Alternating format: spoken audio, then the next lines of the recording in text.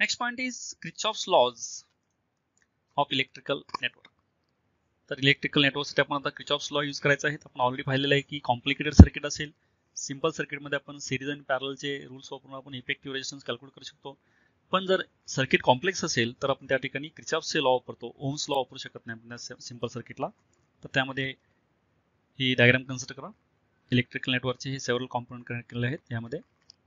Now junction. Any point in an electric circuit where two or more conductors are joined together is called junction. तर electrical सर्किटमध्ये दोन किंवा दोनपेक्षा जास्त conductor जे आहेत हे एकत्र जोडले, टुगेदर जोडले की त्याला आपण जंक्शन म्हणतो. Next one is loop. Any closed conducting path in an electrical network is called a loop और मेश. तर इलेक्ट्रिकल नेटवर्कमध्ये, इलेक्ट्रिकल सर्किटमध्ये क्लोज्ड पाथ जे असतो त्या क्लोज्ड पाथला लूप किंवा मेश असं म्हणतात. Branch. A branch is any part of the network that lies between two junctions. तर दोन जंक्शन्स मध्ये जे पार्ट असतो त्या दोन जंक्शन मधल्या पार्टला ब्रँच असे म्हणतात. In figure there are two junctions labelled A and B. आता ह्या डायग्राम मध्ये दोन जंक्शन्स बघा, ए आणखी बी हे जंक्शन आहे. आणि ह्या ए जंक्शनला हा इकडचा एक रेजिस्टन्स, हा आर रेजिस्टन्स आणि इकडचा रेजिस्टन्स, तीन कंपाऊंड इथे एकत्र जोडलेले आहेत. ए हे एक जंक्शन आहे, बी पण हे जंक्शन आहे. कारण इकडचा हा एक रेजिस्टन्स, हे इकडनं आलं रेजिस्टन्स, ही बॅटरी इथं कनेक्ट केलेला आहे. तीन इथं पार्ट्स कनेक्ट केले आहेत नेटवर्कमध्ये. बी हे पण जंक्शन आहे. There are three branches. These are the three possible path 1 2 3 from A to B. तर ए टू बी ला तीन पॉसिबल पाथ आहेत. ए टू बी ला आपण इकडून पण जाऊ शकतो, इकडून असं येऊ शकतो पाथ 1. ए टू बी कडे इकडून पण येऊ शकतो, पाथ 2 आहे. ए टू बी आपण इकडून पण येऊ शकतो, हे पाथ 3 आहे. आणि याच्यामध्ये तीन ब्रँचेस आहेत. तर तीन ब्रँचेस आहेत. दोन जंक्शन मधला जे पार्ट असतो तो पार्टला आपण इथं ब्रँच म्हणतो. तर या डायग्राम मध्ये आपण जंक्शन, लूप, ब्रँच हे पाहिलं इथं आपण.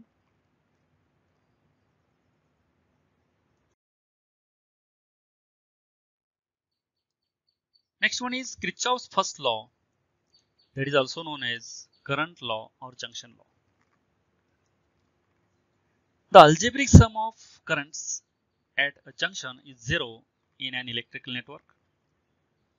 तर इलेक्ट्रिकल नेटवर्क मध्ये कोणत्याही जंक्शनला करंटची सम जे आहे ही सम झिरो असते. हा किर्चॉफचा करंट लॉ आहे, जंक्शन लॉ आहे किंवा फर्स्ट लॉ आहे. In mathematical form, summation I where I goes from 1 to n equal to 0. This is the mathematical form of this Kirchhoff's first law, where I is the current in the ith conductor at junction having n conductors. जर आपल्याला जंक्शनला n conductor जोडले असतील त्यामधील I नंबरचा conductor जे आहे त्या I नंबरच्या कंडक्टर मधून फ्लो होणारा करंट I आहे. आता आपण इथं साइन कन्व्हेन्शन जे काय ती साइन कन्व्हेन्शन वापरायची आहे. त्यासाठी ही डायग्राम कन्सिडर करा. हे ॲनिमेशन आहे. तर याच्यामध्ये साइन कन्व्हेन्शन जे आहेत ही sign conventions, the currents arriving at the junction are considered positive. तर सेव्हरल कॉम्पोनंट्स कनेक्टेड टुगेदर, जास्त दोन किंवा दोनपेक्षा जास्त कॉम्पोनंट एका ठिकाणी जोडल्यानंतर आपण त्याला जंक्शन म्हणतो. ह्या डायग्राम मध्ये बघा इथं हे जंक्शन आहे, पी हे जंक्शन आहे. या ठिकाणी भरपूर असे कॉम्पोनंट्स वायर जोडलेले आहेत. तर यामध्ये करंट अराइविंग जे आहेत ह्या जंक्शनकडे येणारे जे करंट आहेत ते पॉझिटिव्ह घ्यायचे. Leaving junctions are considered negative. Currents leaving म्हणजे ह्या जंक्शन पासून बाहेर जाणारे करंट, लिव्हिंग जे करंट आहेत ते करंट निगेटिव्ह घ्यायचे आहेत. आता ह्या डायग्राम मध्ये बघा, हा I4 एंट्रिंग करंट आहे, हा पॉझिटिव्ह आहे. I3 एंट्रिंग करंट आहे, पॉझिटिव्ह आहे. I1 एंट्री करंट आहे, पॉझिटिव्ह आहे. I5 लिव्हिंग करंट आहे, हा निगेटिव्ह आहे. I6 लिव्हिंग करंट आहे, हा निगेटिव्ह आहे. I2 हा पण लिव्हिंग करंट आहे, निगेटिव्ह आहे. Using sign convention from figure. आता फिगर मध्ये आपण साइन कन्व्हेन्शन नुसार आपण इथं किर्चॉफचा करंट लॉ वापरल्यानंतर इक्वेशन जे आहेत पहा, I1 जे आहे हा I1 एंट्रिंग करंट आहे, पॉझिटिव्ह आहे. त्यानंतर I2 जे आहे, I2 हा लिव्हिंग करंट आहे, निगेटिव्ह आहे, मायनस I2. देन I3 हा एंट्रिंग करंट आहे, प्लस I3. I4 हा एंट्रिंग करंट आहे, प्लस I4. I5 हा लिव्हिंग करंट आहे, मायनस I5. I6 हा लिव्हिंग करंट आहे, minus I6 equal to 0. That is this sum equal to 0. ही sum आहे पण ह्यांचे साइन कन्व्हेन्शन नुसार हे साइन्स निगेटिव्ह आले आहेत, पण या सर्वांची सम आहे, सर्व करंटची सम जे ही इक्वल टू 0 येते. ही जर आपण रिअरेंज केले टर्म्स, हे मायनस टर्म जर आपण राईट साईडला घेतले तर I1 as it is, I3 as it is, I4 as it is, minus I2 minus I5 आणि मायनस I6 राईट साईडला घेतल्यानंतर हे प्लस झाले. That is I1 plus I3 plus I4 equal to I2 plus I5 plus I6. पण इथं I1, I3 आणि I4 जे हे एंट्रिंग करंट आहेत, I2, I5, I6 हे लिव्हिंग करंट आहेत. म्हणजेच काय, sum of entering current toward junction equal to sum of leaving current from the junction. म्हणजे जंक्शनला येणारे करंट्स, जंक्शन पासून बाहेर जाणारे करंट्स हे इक्वल असतात. इथे ह्या डायग्राममध्ये पण दाखवलेलं आहे, ह्याच्यामध्ये सुद्धा. This is Kirchhoff's first law, that is also known as current law or junction law. Algebraic sum of currents at junction is 0 in an electrical network. This is the Kirchhoff's first law, current law, junction law.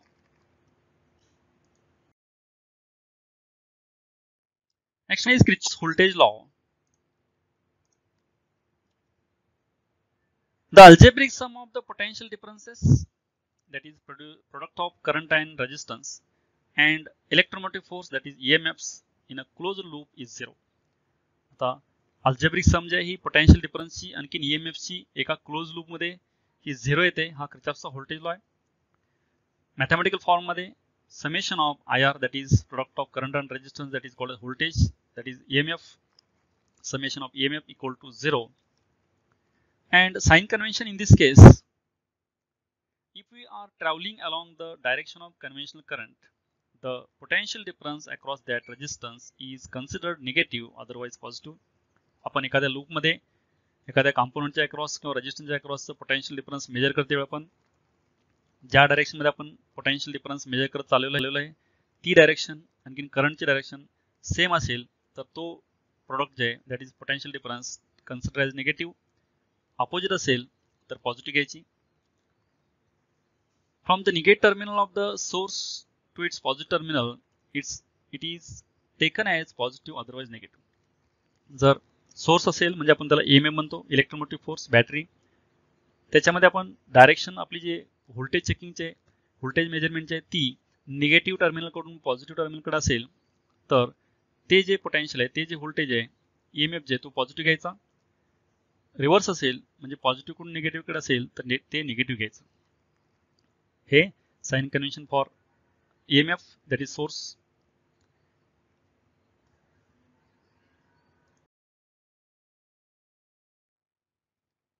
Now consider loop ABFGA in clockwise sense.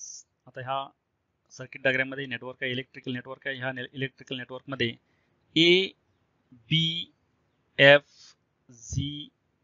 हे एक loop आहे. त्यामध्ये 3 loop आहेत वेगवेगळे. आपण त्यामध्ये हे पहिलं लूप कन्सिडर केलेलं आहे. तर या लूपमध्ये आपण किर्चॉफचा व्होल्टेज लॉ अप्लाय करायचा आहे. त्यासाठी आपण क्लॉकवाईज सेन्स कन्सिडर केलं आहे. क्लॉकवाईज डायरेक्शनमध्ये आपण व्होल्टेज मेजर करत जाणार आहे. फर्स्ट आपण समजा A पासून स्टार्ट केलं. आता इथं ह्या सिक्वेन्स आहे A to B, B to F, F to G, G to A. तर फर्स्ट A टू B आहे. आता A टू B जातेवेळी हा एक कॉम्पोनंट आहे, याचा रेजिस्टन्स R1 आहे आणि या कॉम्पोनंट मधून जाणारा करंट आहे I1 आहे. आपण मेजरमेंट जे voltage measurement A to B करतोय ह्याला आपण म्हणायचं डायरेक्शन ऑफ व्होल्टेज मेजरमेंट. आणि डायरेक्शन ऑफ करंट फ्लो जे I1, दोन्ही डायरेक्शन सेम आहेत. म्हणजे direction of voltage measurement A to B आहे, डायरेक्शन ऑफ करंट पण A टू B आहे, दोन्ही डायरेक्शन सेम आहेत. त्यामुळे याच्या अक्रॉसचं व्होल्टेज जे आहे हे व्होल्टेज निगेटिव्ह घ्यायचं आणि हे व्होल्टेज ड्रॉप जे आहे हे व्होल्टेज ड्रॉप आपण ओम्स लॉ न कॅल्क्युलेट करायचं आहे. Ohm's law V equal to I into R.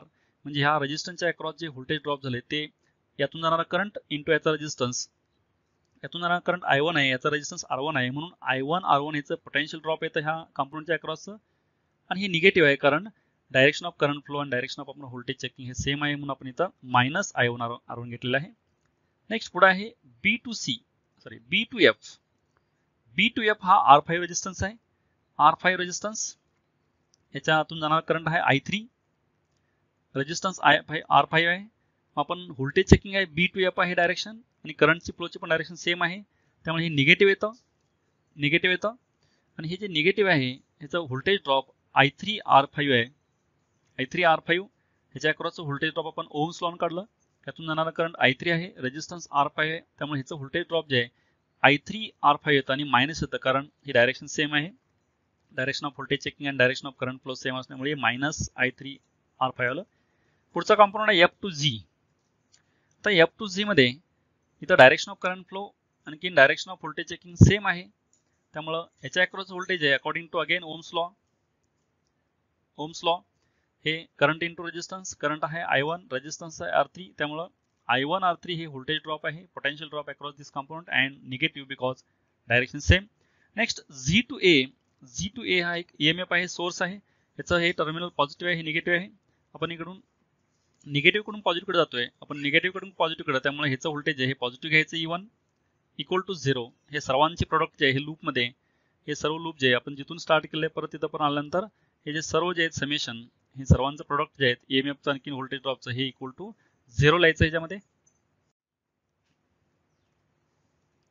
Next आपण हे जर इक्वेशन रिअरेंज केलं म्हणजे E1 इथं ठेवलं आणि ह्याच्या मायनस टर्म्स आहेत, ह्या मायनस टर्म आपण जर राईट साईडला घेतल्या तर इक्वेशन होतं E1 equal to I1 R1 plus I2 R5 plus I1 R3. This is Kirchhoff's voltage law applied to A, B, F, G, A ह्या लूपला आपण हा अप्लाय केलेला आहे.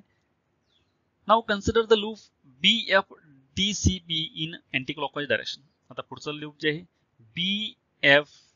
BFDCB हे जे लूप आहे हे लूप आपण अँटी क्लॉकवाईज कन्सिडर केलं. आपण कसंही क्लॉकवाईज अँटी क्लॉकवाईज दोन्ही डायरेक्शन पण मध्ये कन्सिडर करू शकतो. लूप मधून कोणत्याही पॉईंट पासून आपण voltage checking, voltage measurement start करू शकतो. इथं आपण B पासून स्टार्ट करणार आहे, B2 फर्स्ट आपण F ला जाणार, F to D जाणार, D to C आणि C to B again. Now applying here Kirchhoff's voltage law for this loop. Now here equation becomes, now for B to F, आता B to F हा component आहे, ह्याच्या अक्रॉसचा current जे आहे हा R3 आहे, त्यातून जाणारा करंट रेजिस्टन्स R5 आहे, त्यामुळे ह्याचं व्होल्टेज जे आहे I3 R5. हा जे हे B to F जे आहे B to F I3 R5, त्यामुळे इथं I3 R5 आहे. नेक्स्ट F2D हा कंपोनेंट जे आहे याचा रेजिस्टन्स R4 आहे, करंट I2 आहे, डायरेक्शन सेम आहे, त्यामुळे आपण इथं निगेटिव्ह घ्यायचं आहे I2 R4. नाउ दिस I2 R4 हे निगेटिव्ह आलेलं आहे, कारण डायरेक्शन ऑफ व्होल्टेज मेजरमेंट आपण F2D कडे व्होल्टेज मेजर करत चाललेलं आहे, करंट पण त्या सेम डायरेक्शन चाललेलं आहे, त्यामुळे हे मायनस I2 R4 आहे. नेक्स्ट D to C हे कंपोनेंट आहे, हा EMF आहे सोर्स, हे निगेटिव्ह आहे, पॉझिटिव्ह आहे, आपण निगेटिव्ह कडून पॉझिटिव्ह कडे जातोय, त्यामुळे ह्याचं व्होल्टेज आहे पॉझिटिव्ह घ्यायचं E2. Next C to B हा जे कंपोनेंट आहे, हा कंपोनेंट इथं रेजिस्टन्स R2 आहे, करंट I2 आहे, त्यामुळे I2 R2 येतो आणि डायरेक्शन पण सेम आहे, म्हणजे आपण voltage measurement C to B चाललेलं आहे, करंट पण त्याच डायरेक्शन मध्ये आहे, दोन्ही सेम असल्यामुळे हे निगेटिव्ह घ्यायचं. I2 R2 जे हे I2 R2 निगेटिव्ह घेतलं आहे, हे इक्वेशन तयार झालं. परत आपण B आलो, हे इक्वल टू 0 लिहायचं, सर्व कंपाऊंड संपल्यानंतर इक्वल टू 0 लिहिलं. परत ह्यामध्ये आपण ह्या टर्म्स जर रिअरेंज केल्या म्हणजे E2 इथं ठेवलं आणि हे जे मायनस सर्व टर्म्स ह्या राईट साईडला घेतल्यानंतर E2 equal to I2 R2 plus I3 R5 plus I2 R4 होतं. हे आपण दोन वेगवेगळ्या लूपला आपण क्रिचॉफ्सचा व्होल्टेज लॉ अप्लाय करून आपण पाहिलेलं इथं ह्या केसमध्ये इलेक्ट्रिकल नेटवर्कमध्ये. असं आपण वेगवेगळ्या लूपसाठी आपण क्रिचॉफ्सचा व्होल्टेज लॉ अप्लाय करू शकतो. परत पुन्हा एकदा मी ते रिवाइज करतो पहा. तर ह्यामध्ये आपण ज्या डायरेक्शनमध्ये व्होल्टेज मेजर करत जातो ती डायरेक्शन आणि करंटची डायरेक्शन जर सेम असेल तर ते व्होल्टेज ड्रॉप निगेटिव्ह घ्यायचं, आणि आपण व्होल्टेज चेकिंगची डायरेक्शन आणि करंटची डायरेक्शन जर अपोजिट असेल तर ते व्होल्टेज ड्रॉप पॉझिटिव्ह घ्यायचं, आणि EMFच्या केसमध्ये निगेटिव्ह टर्मिनलकडून बॅटरीच्या पॉझिटिव्ह टर्मिनलकडे आपण जर मूव्ह होत असेल इकडून इकडं तर ते व्होल्टेज पॉझिटिव्ह घ्यायचं, अदरवाईज निगेटिव्ह घ्यायचं. हे जे साइन कन्व्हेन्शन्स आहेत आणि आपण हे किर्चॉफचा व्होल्टेज लॉ दोन्ही केसमध्ये आपण इथं अप्लाय करून पाहिलेला आहे. Next one is steps usually followed while solving a problems using Kirchhoff's laws. तर आपण Kirchhoff's law वापरून जे प्रॉब्लेम सॉल्व्ह करतो त्या प्रॉब्लेम सोल्युशन मध्ये ह्या स्टेप्स आपण प्रॉब्लेम सॉल्व्ह करायचा आहे. त्यामध्ये ह्या स्टेप्स आहेत पहा. पहिली स्टेप आहे choose some direction of the currents. तर डायरेक्शन ऑफ करंट आपण कन्सिडर करायचे, ज्या डायरेक्शन मध्ये करंट फ्लो होते ते डायरेक्शन दाखवायचे, हे डायरेक्शन कन्सिडर करायचे ह्या प्रॉब्लेम्स मध्ये, सर्किट डायग्राम मध्ये, नेटवर्क मध्ये. Reduce the number of variables using Kirchhoff's first law.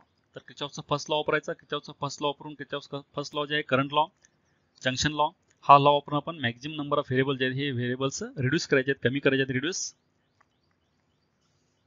Third, determine the number of independent loops. तर वेगवेगळे इंडिपेंडंट लूप्स किती आहेत ते आपण फर्स्ट डिटरमाइन करायचे डायग्राम मध्ये, नेटवर्क मध्ये किती इंडिपेंडेंट लूप्स आहेत ते लूप्स फाइंड आउट करायचे.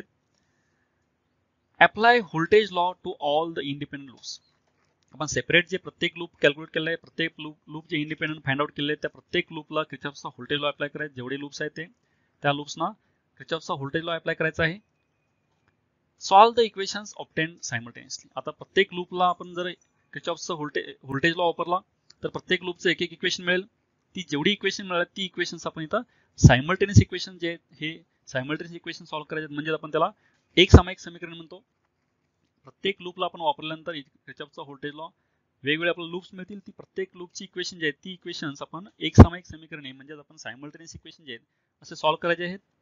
त्यानंतर in case the answer of current variable is negative, the conventional current is flowing in the direction opposite to that chosen by us.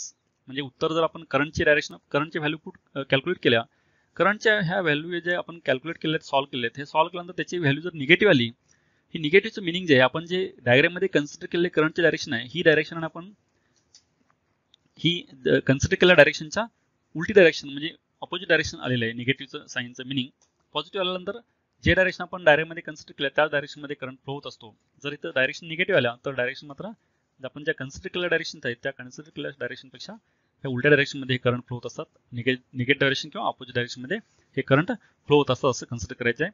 ह्या step जे आहेत प्रत्येक प्रॉब्लेम जे आपण सॉल्व्ह करतो युजिंग किर्चॉफ्स लॉ वापरून आपण जे प्रॉब्लेम सॉल्व्ह करणार त्या सोल्युशनमध्ये ह्या स्टेप्स वापरून आपण तो प्रॉब्लेम सॉल्व्ह करू शकतो.